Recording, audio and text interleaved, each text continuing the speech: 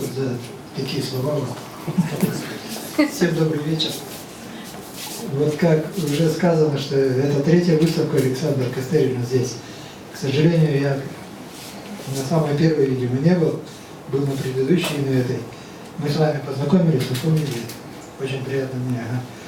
Я посмотрел сейчас, мне очень понравилось. И хотел бы сказать, что владеть мягким материалом не каждому дано.